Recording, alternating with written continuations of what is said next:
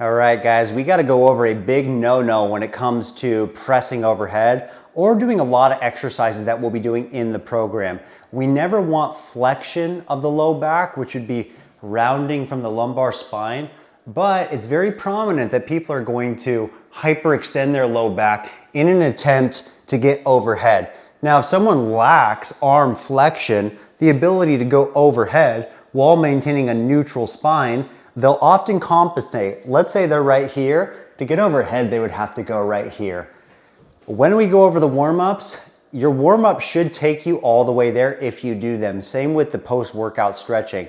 But I'm going to demonstrate reluctantly a big no-no when it comes to overhead pressing and how we can fix that. Oh, it doesn't feel good on my back. See how my lumbar spine is completely extended? Not a safe long-term position.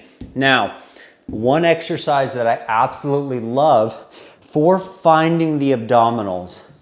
If I were hyperextended, you can see the distance between my last rib and my belly button is here, where I actually want to be here. This would be my proper overhead position. Look no further than an exercise called the Hardstyle Plank. Now, we're not holding this for any significant amount of time. The Hardstyle Plank is all about maximum contraction of the body. Here's what it's gonna look like. If I get into a plank position, I'm going to start with my elbows and my hands pointing forward. I'm never gonna be turning my arms in because look, now my shoulders are in an internally rotated position. That's a huge problem with the modern man. Okay, starting from a neutral position. Let's say I kick up.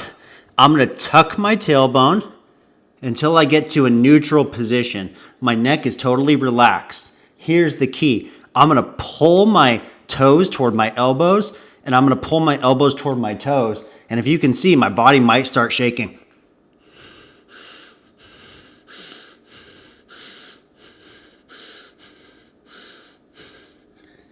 And relax. Doing a proper hardstyle plank, you should see that my body is relatively completely horizontal. The things that I'm thinking about, pulling the elbows and the toes together, it's almost like one of the old Roman bridges or aqueducts where it's that nice arch shape with that keystone in the middle that supports the whole load-bearing structure of the bridge.